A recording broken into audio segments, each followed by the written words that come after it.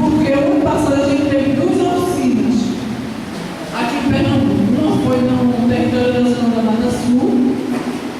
Tem dois companheiros que lá estavam, que estão aqui, e